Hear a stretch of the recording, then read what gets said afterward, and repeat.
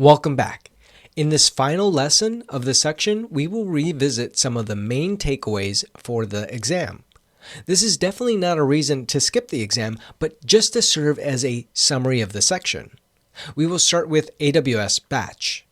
AWS Batch is a fully managed batch processing service from AWS. You develop your applications and services, and then you define what resources you need to run these apps and services. And then you let AWS Batch handle the rest. These applications will run in containers using Docker. And then you submit the containers to be run, and then Amazon will find where and how to run them. There's no cost to use AWS Batch. You only pay for the compute resources that are needed to run your workloads.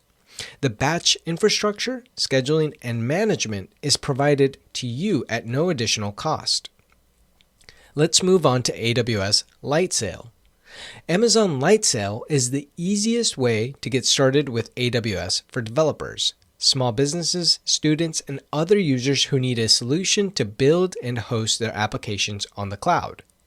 Lightsail provides anyone compute, storage, and network capacity and capabilities to deploy and manage websites and web applications in the cloud.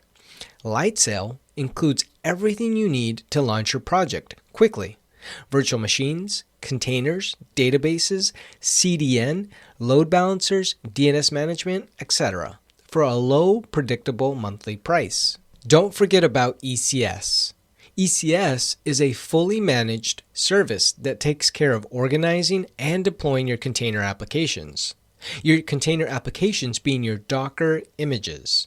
There's two ways of running your ECS workloads: manually with EC2 instances that you manage, or using Fargate, which manages all the EC2 instances for you. Also, don't forget about Lambda. Lambda is a serverless service that allows you to run functions on demand without having to deploy or manage servers. Don't forget, Lambda is cheaper and more efficient than running a server for certain workloads because it's event-driven and only runs when needed.